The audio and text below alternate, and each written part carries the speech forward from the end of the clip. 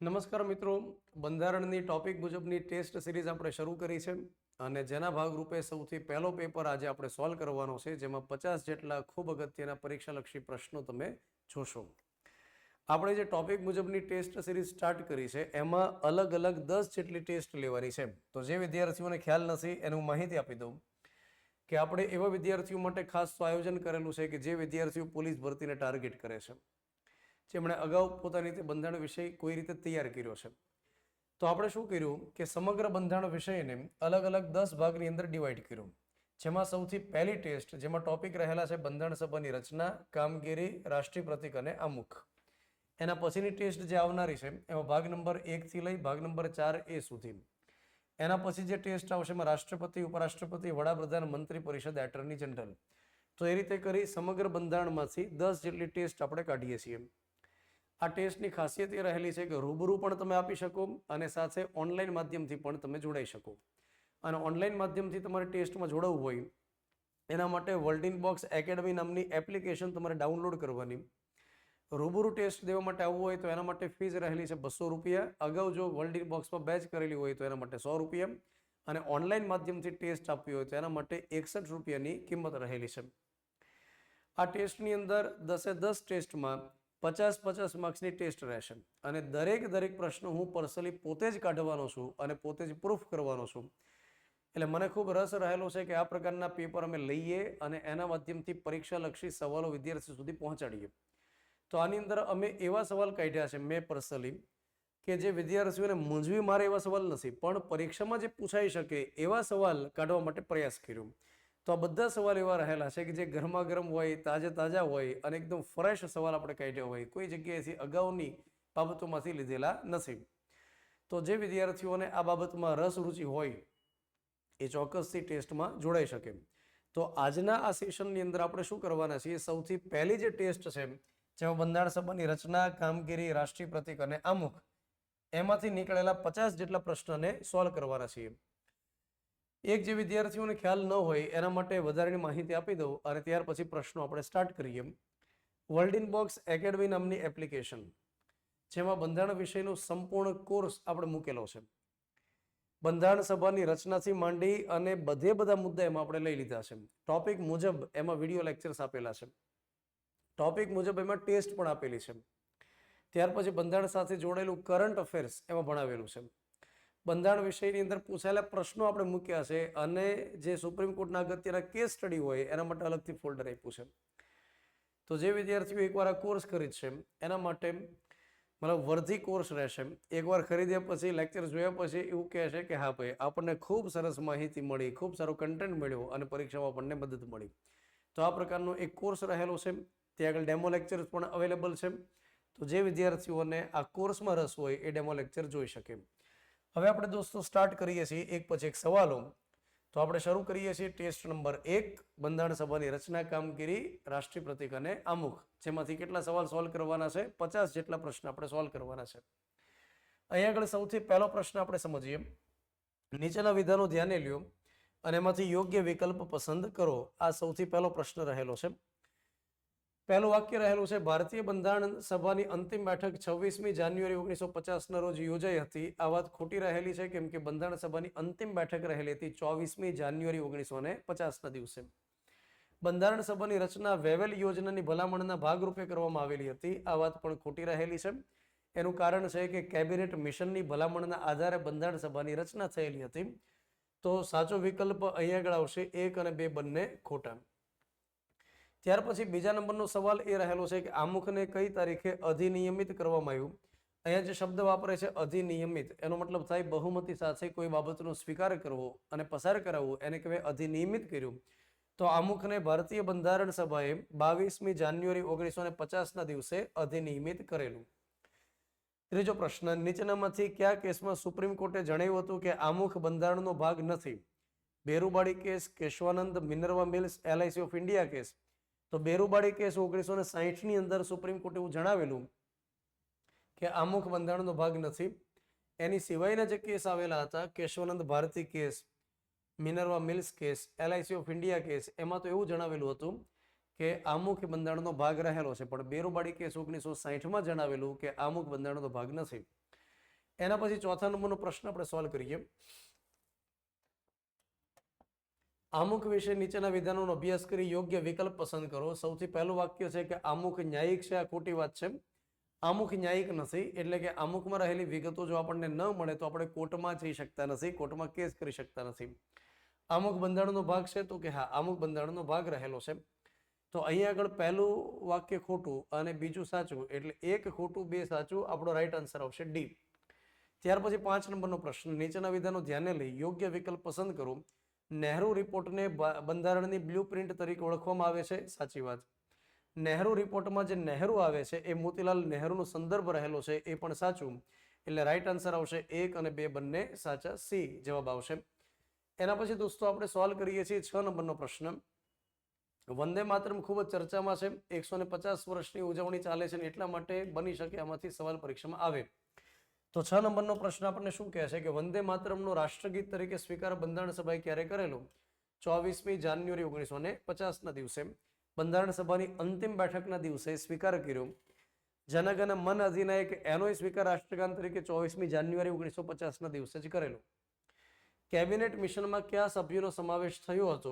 Stafford Cripps, ત્યાર પછી એવી એલેક્ઝાન્ડર, ત્યાર પછી પેથિક લોરેન્સ અને ક્લેમેન્ટ એટલીનો સમાવેશ નહોતો, કેમ કે એ તો એ સમયે બ્રિટનના વડાપ્રધાન હતા. તો રાઈટ આન્સર આવશે 1, 2 અને 3. 1, 2 અને 3 એટલે ડી ઓપ્શન આવશે.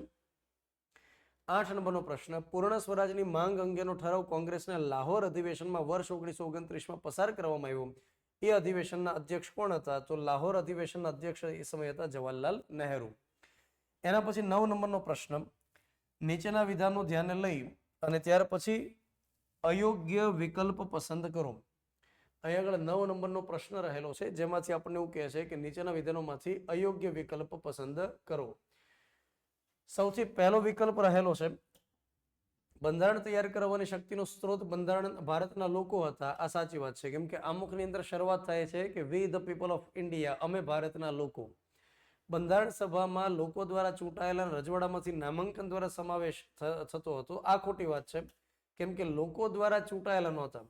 બંધારણ સભાની અંદર 296 જેટલા સભ્યો પરોક્ષ રીતે ચૂંટાયેલા અને 93 જેટલા દેશી રજવાડામાંથી નામાંકન દ્વારા હતા. ત્યાર પછી બંધારણ સભામાં 11 પ્રાંત અને 4 કમિશનરેટ વિસ્તારમાંથી સભ્યો લેવામાં આવ્યા. આ સાચી વાત. 11 પ્રાંતમાંથી 292 સભ્યોનો સમાવેશ હતો. આ પણ સાચી વાત રહેલી છે. ચાલો એના પછી આપણે આગળની ચર્ચા કરીએ. 10 નંબરનો પ્રશ્ન સમજીએ. તો 10 નંબરનો પ્રશ્ન આપણને એમ કહે છે કે આમુખમાં કેટલા પ્રકારના ન્યાય, ત્યાર પછી સ્વતંત્રતા અને સમાનતાનો ઉલ્લેખ જોવા મળે છે. તો ન્યાય કેટલા પ્રકારના હતા? 3 પ્રકારના. આર્થિક, સામાજિક, રાજકીય ન્યાય. સ્વતંત્રતા કેટલા પ્રકારની હતી? 5. વિચાર, અભિવ્યક્તિ, માન્યતા, ધર્મ, ઉપાસના. અને સમાનતા 2 પ્રકારની, તક અને દરજ્જાની સમાનતા. તો 3, 5 અને 2 એ આપણો રાઈટ આન્સર. આમુખમાં ઉલ્લેખિત બંધુતા અને સમાનતાનો ખ્યાલ ક્યાંથી લેવામાં આવ્યો? ફ્રેન્ચ ક્રાંતિમાંથી એનો ખ્યાલ લેવામાં આવ્યો. 26 નવેમ્બરને બંધારણ અથવા કાયદા દિવસ તરીકે ઉજવવાની શરૂઆત ક્યારથી કરવામાં આવી? 2015થી એની શરૂઆત કરવામાં આવી. મતલબ કે 26મી નવેમ્બર પહેલેથી નથી, 1950માં ભારતીય બંધારણનો અમલ કર્યો ત્યારથી એને બંધારણ દિવસ તરીકે નથી ઓળખતા. એને 2015થી નરેન્દ્ર મોદી સરકારે ઉજવવાની શરૂઆત કરી. એના પછી ભારતના છેલ્લા ગવર્નર જનરલ કોણ હતા? એ છેલ્લા ગવર્નર જનરલ હતા ચક્રવર્તી રાજગોપાલાચારી. અને ત્યાર પછી રાષ્ટ્રપતિનું પદ શરૂ થાય છે. ચક્રવર્તી રાજગોપાલાચારી જે રાજાજી તરીકે ઓળખાતા, જે ગાંધી બાપુના સમધી હતા, કેમ કે ગાંધીજીના દીકરા દેવદાસ અને ચક્રવર્તી રાજગોપાલાચારીની દીકરી લક્ષ્મી આ બંનેના મેરેજ કરાવેલા હતા. ચક્રવર્તી રાજગોપાલાચારી એ વ્યક્તિ છે કે જે સૌથી પહેલા ભારતીય ગવર્નર જનરલ બનનાર વ્યક્તિ છે. એના પછી 14 નંબર, મુસદ્દા સમિતિમાં અધ્યક્ષ સહિત કેટલા સભ્યો હતા? 7 સભ્ય હતા. ડોક્ટર બી આર આંબેડકર અધ્યક્ષ હતા, કનૈયાલાલ મુનશી, ત્યાર પછી ગોપાલ સ્વામી અયંગર, મોહમ્મદ સાદુલ્લા, ટી કૃષ્ણમાચારી, ત્યાર પછી એન માધવરાવ, અલ્લાદી કૃષ્ણ સ્વામી અય્યર આ પ્રકારના સભ્યો હતા. નવી માર્ગદર્શિકા મુજબ વંદે માતરમના પઠન કરવા માટે કેટલો સમય નિર્ધારિત કરવામાં આવ્યો? તો જે 6 જેટલા સ્ટાન્જા અથવા તો આપણે એવું કહી શકીએ કે 6 જેટલા પદ ધરાવતું વંદે માતરમ, અને એ ગાવા માટે 3 મિનિટ અને 10 સેકન્ડનો સમય નિર્ધારિત કર્યો. એની પહેલાનો જે સમય હતો એ કેટલો હતો? 1 મિનિટ અને 5 સેકન્ડ. એના પછી 16 નંબરનો પ્રશ્ન આપણે સમજીએ, જેમાં લખવામાં આવે છે કે 42મા બંધારણીય સુધારા 1976 દ્વારા આમુખમાં કયા શબ્દો ઉમેરવામાં આવ્યા? તો એ સમય દરમિયાન સમાજવાદી, અખંડિતતા, બિન સાંપ્રદાયિકતા એટલે 2, 3 અને 4 એ આપણો રાઈટ આન્સર આવશે. બંધારણ સભામાં ડ્રાફ્ટિંગ કમિટીની રચના ક્યારે કરવામાં આવી? 29 ઓગસ્ટ 1947. એટલે ભારત દેશ આઝાદ થયો એના 2 અઠવાડિયા પછી ડ્રાફ્ટિંગ કમિટીની રચના કરવામાં આવી. એના પછી 18 નંબરનો પ્રશ્ન, ટ્રાઇસ્ટ વિથ ઇટ્સ ડેસ્ટિની કરીને જે સ્પીચ છે એ આપનાર વ્યક્તિ કોણ હતા? એ જવાહરલાલ નહેરુ હતા. જ્યારે દેશ આઝાદ થાય છે તો એ સમય દરમિયાન 12ના ટકોરે બંધારણ સભાની અંદર જવાહરલાલ નહેરુ આવે છે, એક સ્પીચ આપે છે, ટ્રાઇસ્ટ વિથ ઇટ્સ ડેસ્ટિની. એનો મતલબ થાય કે ભારતની નિયતિમાં, ડેસ્ટીમાં લખેલું હતું દેશ આઝાદ થશે, એને આઝાદ થઈને રહ્યો. ત્યાર પછી આમુખનો સ્ત્રોત કયા દેશમાંથી લેવામાં આવ્યો? અમેરિકામાંથી લેવામાં આવ્યો. રાષ્ટ્રચિહ્નમાં કુલ કેટલા પ્રાણીનો સમાવેશ થાય? 4 જેટલા પ્રાણી, જેમાં સિંહ છે, ઘોડો છે, હાથી છે અને સાંઢ છે. અહીંયા આગળ એમ નથી ગણવાનું કે સિંહ કેટલા છે, તો કે સિંહ ઉપરની બાજુએ 4, વચ્ચે મતલબ એક આવે 5, ત્યાર પછી બાકીના 3 પ્રાણી 8, એવી રીતે ગણવાનું નથી. અલગ અલગ વેરાયટી વાળા કયા પ્રાણી છે એમ ગણવાનું છે. ત્યાર પછી 21 નંબરનો પ્રશ્ન, જેમાં કહે છે કે બંધારણ સભાના સલાહકાર કોણ હતા? તો બંધારણ સભાના સલાહકાર રહેલા હતા B.N. રાવ, બેનિકલ નરસિંહ રાવ, જે વ્યક્તિ ICS અધિકારી હતા અને વેવેલ કરીને એ સમય દરમિયાન બંધારણ સભાની રચના સમયે જે વાઇસરોય હતા એમણે એમને નિમણૂક આપેલી હતી.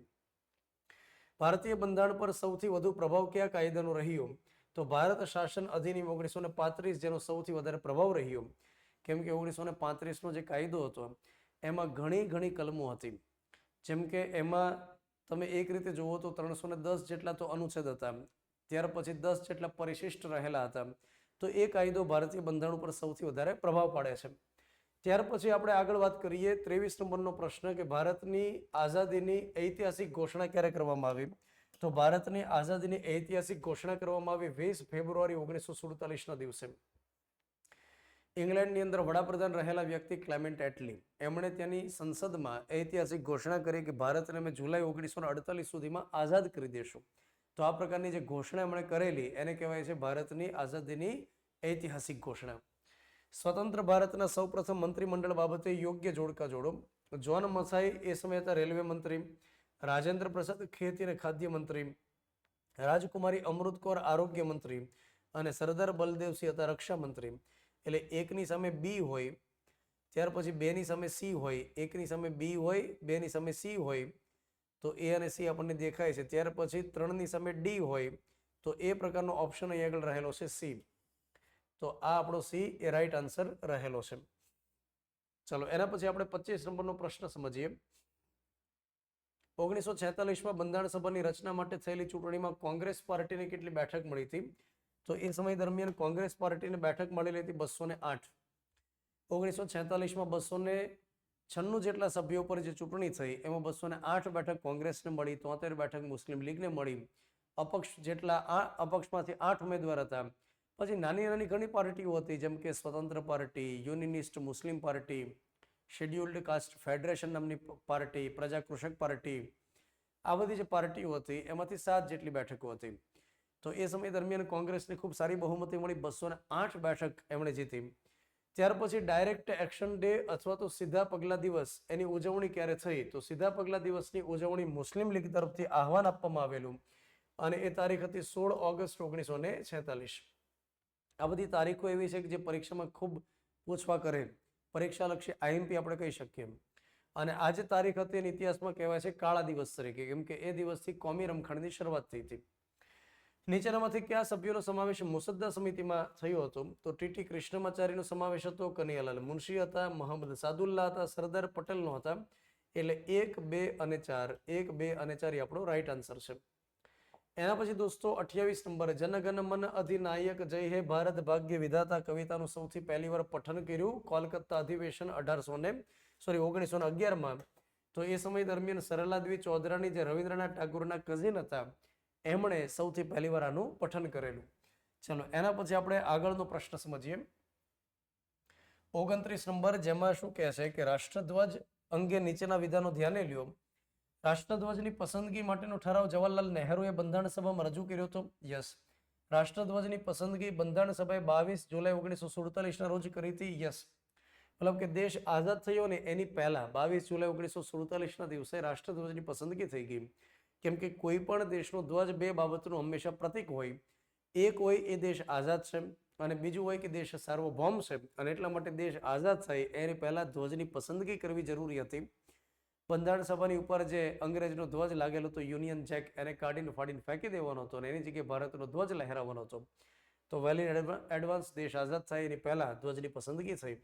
તો અહીંયા રાઈટ આન્સર આવશે 1 અને 2 બંને. એના પછી 30 નંબરનો પ્રશ્ન. આ 30 નંબરના પ્રશ્નમાં શું કહેવા માંગે છે આપણે સમજી લઈએ. 30 નંબરનો પ્રશ્ન આપણને એવું કહે છે કે નીચેના વિધાનોનો અભ્યાસ કરી યોગ્ય વિકલ્પ પસંદ કરો. બંધારણ સભાના અસ્થાયી અધ્યક્ષ હતા ડોક્ટર સચ્ચિદાનંદ સિન્હા, આ વાત સાચી. બંધારણ સભાના કાયમી અધ્યક્ષ હતા ડોક્ટર BR આંબેડકર, આ ખોટી વાત છે. ડોક્ટર રાજેન્દ્ર પ્રસાદ હતા અને એટલા માટે રાઈટ આન્સર આવશે 1 સાચું 2 ખોટું. 1 સાચું 2 ખોટું. નીચેના વિધાનો ધ્યાને લઈ યોગ્ય વિકલ્પ પસંદ કરો. બંધારણનો આંશિક અમલ 26 નવેમ્બર 1950 થી થયેલો હતો, આ ખોટી વાત છે. 26 નવેમ્બર 1949 આવે. બંધારણનો સંપૂર્ણ અમલ 26 જાન્યુઆરી 1950 થી થયો, આ વાત સાચી રહેલી છે. તો 1 ખોટું અને 2 સાચું. 1 ખોટું અને 2 સાચું. ચલો ત્યાર પછી આગળ આપણે સમજીએ 32 નંબર. પરીક્ષાની અંદર ઘણીવાર આપણને આવડતું હોય તેમ છતાં ખોટા પડતા હોય સવાલના જવાબ. એનું કારણ એ હોય છે કે યોગ્ય પ્રેક્ટિસનો અભાવ હોય અને યોગ્ય પ્રેક્ટિસ કઈ રીતે થાય, આ પ્રકારના પેપર આપવાથી થાય. આમુખમાં રહેલા સિદ્ધાંતોને ક્રમમાં ગોઠવો. તો આમુખની અંદર જે શરૂઆતમાં 5 સિદ્ધાંત આવે છે, સાર્વભૌમ, સમાજવાદી, બિન સાંપ્રદાયિક, લોકતાંત્રિક, પ્રજાસત્તાક, તો એને ક્રમમાં ગોઠવો. તો સાર્વભૌમ, ત્યાર પછી સમાજવાદી એટલે સૌથી પહેલા 3 આવે, ત્યાર પછી 5 આવે. 3 આવે, 5 આવે. સાર્વભૌમ, સમાજવાદી, બિન સાંપ્રદાયિક એટલે 3, 5, 4. લોકતાંત્રિક અને પ્રજાસત્તાક એટલે રાઈટ આન્સર આવશે ડી, 3, 5, 4, 1 અને 2. એના પછી 33 નંબર આપણે સમજીએ. એમાં લખવામાં આવે છે કે બંધારણ સભા વિશે નીચેનામાંથી અયોગ્ય વિધાન પસંદ કરો. અયોગ્ય. બંધારણ સભામાં ઉષા મહેતા નામના ગુજરાતી મહિલાએ ભાગ લીધેલો હતો, ખોટી વાત છે. હંસા મહેતાએ ભાગ લીધો તો ઉષા મહેતાએ નહોતો લીધો. અને અહીંયા આગળ અયોગ્ય વિકલ્પ પસંદ કરવાનો, તો રાઈટ આન્સર શું આવશે? એ આવશે બંધારણ સભાને સૌપ્રથમ સંબોધન કરનાર વ્યક્તિ હતા JB કૃપલાણી, આ સાચી વાત. બંધારણ સભામાં મૈસૂર રાજ્યમાંથી 7 સભ્યોનું નામાંકન હતું, આ વાત પણ સાચી. બંધારણ સભાની રચના સમયે ભારતના વાઇસરોય વેવેલ હતા, આ વાત પણ સાચી. એના પછી જે આવે છે એ માઉન્ટ બેટન આવે છે. ચાલો ત્યાર પછી આપણે 34 નંબર સમજીએ. જવાહરલાલ નહેરુ દ્વારા બંધારણ સભામાં ઉદ્દેશ્ય પ્રસ્તાવ કઈ તારીખે રજૂ કરવામાં આવેલો? 13 ડિસેમ્બર 1946 ના દિવસે. એનો સ્વીકાર થયો તો 22મી જાન્યુઆરી 1947 ના દિવસે. ત્યાર પછી બંધારણ સભામાં સંઘીય બંધારણ સમિતિના અધ્યક્ષ કોણ હતા? જવાહરલાલ નહેરુ હતા. ભારતીય બંધારણ સભામાં નાની મોટી 22 જેટલી સમિતિ હતી, જેમાંથી મુખ્ય સમિતિ 8 હતી અને ગૌણ સમિતિ 14 હતી. અને જે મુખ્ય સમિતિ હતી એમાંની એક સમિતિ હતી સંઘીય બંધારણ સમિતિ, જેના અધ્યક્ષ હતા જવાહરલાલ નહેરુ. ચલો એના પછી આપણે 36 નંબરનો પ્રશ્ન સમજીએ. 36 નંબરનો પ્રશ્ન એમ કહે છે કે યોગ્ય વિકલ્પ પસંદ કરો. સૌથી પહેલું વાક્ય, ડોક્ટર આંબેડકર બોમ્બે બેઠકમાં બંધારણ સભામાં પ્રતિનિધિત્વ કર્યું હતું, આ વાત સાચી રહેલી છે. બોમ્બે બેઠક વતી પ્રતિનિધિત્વ હતું અને ડોક્ટર આંબેડકરે શેડ્યુલ્ડ કાસ્ટ ફેડરેશન પાર્ટીનું બંધારણ સભામાં પ્રતિનિધિત્વ કર્યું, આ વાત પણ સાચી. એનો મતલબ થાય 1 અને 2 બંને સાચા. તો બોમ્બે બેઠક ઉપરથી જ્યારે એમને ચૂંટવામાં આવ્યા તો એ સમય દરમિયાન કોંગ્રેસ પાર્ટીએ સપોર્ટ કર્યો હતો, પણ કોંગ્રેસ પાર્ટી વતી પ્રતિનિધિત્વ નહોતું, શેડ્યુલ્ડ કાસ્ટ ફેડરેશન નામની પાર્ટી વતી એમનું પ્રતિનિધિત્વ હતું. એના પછી આપણે આગળનો પ્રશ્ન સમજીએ 37 નંબર, જેમાં લખવામાં આવે છે કે આઝાદી મળ્યા બાદ બંધારણ સભામાં કેટલા સભ્યો હતા? તો 299 સભ્ય હતા. શરૂઆતમાં 389 હતા, પરંતુ પાકિસ્તાનમાં 90 બેઠક જતી રહી અને એટલા માટે આઝાદ ભારતની બંધારણ સભા મળ્યા 299. નીચેના વિધાનો વાંચી યોગ્ય વિકલ્પ પસંદ કરો. બંધારણ સભાએ કામચલાઉ સંસદનું કામ કર્યું હતું, તો એ વાત સાચી રહેલી છે. 1950માં બંધારણ સભાએ કામગીરી પૂર્ણ કરી. લોકસભા રાજ્યસભાની રચના થઈ 1952માં, તો ત્યાં સુધી બંધારણ સભા કામચલાઉ સંસદ હતી. બંધારણ સભામાં સભ્યોની ચૂંટણી પ્રત્યક્ષ રીતે થઈ હતી નહીં, પરોક્ષ રીતે થયેલી હતી અને એટલા માટે 1 સાચું 2 ખોટું, એટલે માત્ર જવાબ આવશે 1 સાચું, બી વિકલ્પ. 39 નંબર, જેમાં આપણને કહેવામાં આવે છે કે પૂર્ણ સ્વરાજની માંગને લઈ અને નીચેના વિધાનોમાંથી યોગ્ય વિકલ્પ પસંદ કરો. પૂર્ણ સ્વરાજની માંગ માટેનો ઠરાવ વર્ષ 1930માં લાહોર અધિવેશનમાં પસાર થયો હતો, ખોટી વાત છે. 1929માં ઠરાવ પસાર થયો હતો. 26મી જાન્યુઆરી 1930ના રોજ સૌ પ્રથમ વખત પૂર્ણ સ્વરાજ દિવસની ઉજવણી કરી. તો અહીંયા આગળ 1 ખોટું અને 2 સાચું, 1 ખોટું અને 2 સાચું, તો જવાબ આવશે માત્ર 2 સાચું. આઝાદ ભારતના સૌપ્રથમ ગવર્નર જનરલ કોણ હતા? માઉન્ટ બેટન હતા. 1947માં દેશ આઝાદ થયો એટલે પહેલા જે વાઇસરોયનું પદ હતું એ ચેન્જ થઈને થઈ ગયું ગવર્નર જનરલ. તો એ સમયે ભારતીય નેતાઓ ડિસાઈડ કર્યું કે આપણને ખાસ શાસન કરવાનો અનુભવ નથી, તો જે માઉન્ટ બેટન છે અનુભવી, એને જ આપણે કહીએ કે એ થોડા સમય માટે દેશની અંદર ગવર્નર જનરલ બની જાય. તો આઝાદ ભારતના સૌથી પહેલા ગવર્નર જનરલ હતા માઉન્ટ બેટન. ચલો એના પછી આપણે આગળનો પ્રશ્ન સમજીએ. 41 નંબર. 41 નંબર શું કહેવા માંગે છે કે અયોગ્ય વિધાન પસંદ કરો. મૂળ બંધારણ પ્રેમ બિહારી રાયજાદા દ્વારા હસ્તલિખિત કરવામાં આવ્યું. મૂળ બંધારણની હિન્દી આવૃત્તિ વસંત કૃષ્ણ વેદ નામના વ્યક્તિએ તૈયાર કરી. બંધારણમાં ચિત્ર દોરવામાં નંદલાલ બોઝ અને રામ મનોહર સિન્હાની મહત્વની ભૂમિકા રહેલી હતી. તો આ બાબત સાચી રહેલી છે. બંધારણમાં સૌપ્રથમ હસ્તાક્ષર ડોક્ટર BR આંબેડકરના હતા, એ ખોટી વાત છે. સૌથી પહેલા હસ્તાક્ષર હતા ડોક્ટર રાજેન્દ્ર પ્રસાદના. જવાહરલાલ નહેરુએ સૌથી પહેલા સાઇન કરી નાખી, પછી ડોક્ટર રાજેન્દ્ર પ્રસાદ સાઇન કરવા માટે આવ્યા, કેમ કે જ્યારે સાઇન કરવાની શરૂઆત કરી ત્યારે રાજેન્દ્ર પ્રસાદ ઉપસ્થિત નહોતા. હવે સૌથી પહેલી સાઇન કોની હોય? ડોક્ટર રાજેન્દ્ર પ્રસાદની. જવાહરલાલ નહેરુએ ઓલરેડી સાઇન કરી નાખી એટલે એમણે સહેજ ક્રોસ મારીને સૌથી પહેલા સાઇન કરી, કેમ કે સ્પેસ ઓછી હતી. તો ઓરિજિનલ બંધારણની અંદર એમની એકની સાઇન થોડી ક્રોસમાં રહેલી છે. ત્યાર પછી 42 નંબર. અયોગ્ય વિધાન પસંદ કરો. અહીં આગળ અયોગ્ય વિધાન ડી છે એટલે રાઈટ આન્સર આવશે ડી. હવે 42 નંબર. અયોગ્ય વિધાન પસંદ કરો. પરીક્ષામાં યોગ્ય પૂછે, અયોગ્ય એ ખાસ આપણે પહેલા વાંચશું. બંધારણ તૈયાર કરવામાં 12 સત્રની કામગીરી થઈ, આ ખોટી બાબત છે ને એટલા માટે આ આપણી સાચી બાબત છે. મતલબ કે 11 સત્ર હતા. બંધારણ સભાએ 165 દિવસની કામગીરી કરી, તો સાચી વાત, મતલબ બેઠકની. ભારતનું બંધારણ દેશ તરીકે વિશ્વનું સૌથી લાંબુ લેખિત બંધારણ છે, સાચી વાત છે. દેશ તરીકે એટલા માટે કારણ કે અમેરિકાનું એક રાજ્ય છે અલબામા, તો એ રાજ્યનું બંધારણ એ સૌથી લાંબુ બંધારણ છે, પણ દેશ તરીકે વાત આવે તો ભારત દેશનો સમાવેશ થાય. બંધારણ સભાએ હાથી ચિહ્નનો સ્વીકાર કર્યો, તો આ વાત સાચી રહેલી છે. એટલે અયોગ્ય વિકલ્પ પસંદ કરવાનું કીધું ને, એક જ અયોગ્ય છે, રાઈટ આન્સર આવશે એમ. બંધારણ સભામાં કેટલી મહિલાઓએ ભાગ લીધો હતો? બંધારણ સભામાં 15 જેટલી મહિલાએ ભાગ લીધેલો હતો.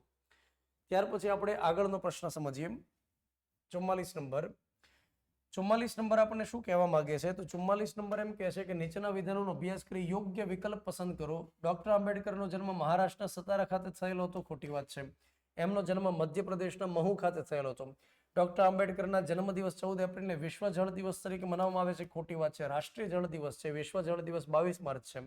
ડોક્ટર આંબેડકર મુસદ્દા સમિતિના સભ્ય અને દેશના પ્રથમ કાયદા મંત્રી હતા, ખોટી વાત છે. કેમ કે સભ્ય નહોતા, અધ્યક્ષ હતા, એટલા માટે 1, 2, 3 ત્રણેય ખોટા. રાઈટ આન્સર આવશે સી. 45 નંબર આપણને શું કહે છે કે અયોગ્ય જોડકું પસંદ કરો. અયોગ્ય જોડકાની અંદર સામસામે આપણને રાષ્ટ્રીય પ્રતીક માટે આપ્યું છે કે રાષ્ટ્રીય વૃક્ષ આંબો, તો એ ખોટી વાત છે. રાષ્ટ્રીય વૃક્ષ આંબો નથી, રાષ્ટ્રીય વૃક્ષ વડ રહેલું છે. અને અયોગ્ય પૂછવું આ ખોટું છે ને એટલા માટે આપણો રાઈટ આન્સર છે. રાષ્ટ્રીય ફળ કેરી છે, રાષ્ટ્રીય નદી ગંગા છે, રાષ્ટ્રીય પુષ્પ કમળ રહેલું છે. એક જ ખોટું છે ને એટલા માટે આપણો સાચો જવાબ છે. આમુખને ભારતની રાજકીય જન્મ કુંડળી કોણે કીધી છે? કનૈયાલાલ માણેકલાલ મુનશીએ કીધી છે. 47 નંબરનો પ્રશ્ન આપણે સમજીએ. નીચેનામાંથી યોગ્ય વિકલ્પ પસંદ કરો. તો નીચેનામાંથી યોગ્ય વિકલ્પ પસંદ કરવાનો. આમુખમાં બંધારણીય સુધારો થઈ શકે? આ થઈ શકે. આમુખમાં આર્થિક સામાજિક રાજકીય સમાનતા આપેલી છે, ખોટી વાત છે. આર્થિક સામાજિક રાજકીય ન્યાય છે. આમુખમાં વિચાર, તક, અભિવ્યક્તિ, માન્યતા, ધર્મની સ્વતંત્રતા છે, ખોટી વાત છે. તક ના આવે. આમુખમાં 26 જાન્યુઆરી 1950 તારીખનો ઉલ્લેખ છે, ખોટી વાત છે. એમાં 26 નવેમ્બર 1949 નો ઉલ્લેખ છે.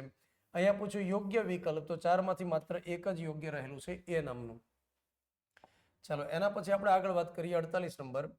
48 નંબરમાં એમ કહે છે કે નીચેનામાંથી અયોગ્ય વિકલ્પ પસંદ કરો. અયોગ્ય.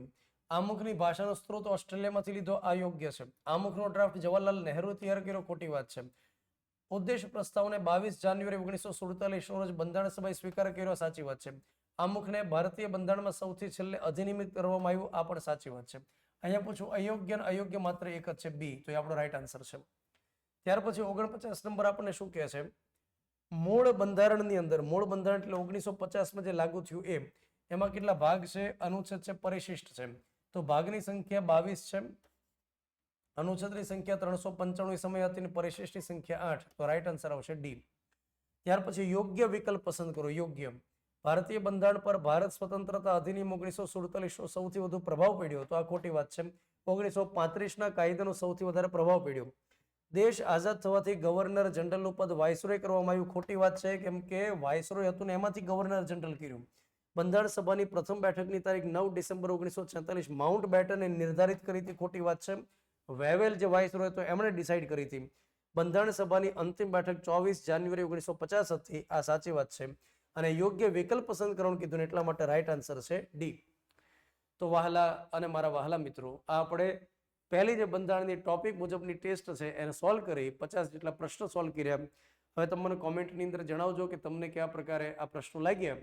અને જો વધારે તમારે આ પ્રકારના પ્રશ્નોની ટોપિક વાઇઝ ટેસ્ટ સિરીઝમાં જોઈન્ટ થવું હોય તો વર્લ્ડ ઇનબોક્સ એકેડમી નામની એપ્લિકેશન તમારે ડાઉનલોડ કરવાની. એમાં બહુ બધો ખજાનો રહેલો છે. એકવાર ફોર્મ ફોડશો તો ખ્યાલ આવશે. અને એ જ રીતે તમારે રૂબરૂ આવવું હોય તો વર્લ્ડ ઇનબોક્સ એકેડમી ભાવનગરનો જે નંબર છે એના ઉપર સંપર્ક કરી અને વધારે માહિતી તમે મેળવી શકશો. અહીંયા આગળ ઓલરેડી આપણે નંબર આપેલો છે, તો આના ઉપર સંપર્ક કરી વધારે માહિતી મેળવી શકશો. ફરી પાછા ભેગા થઈએ, ત્યાં સુધી જય હિન્દ, જય ભારત. Thank you.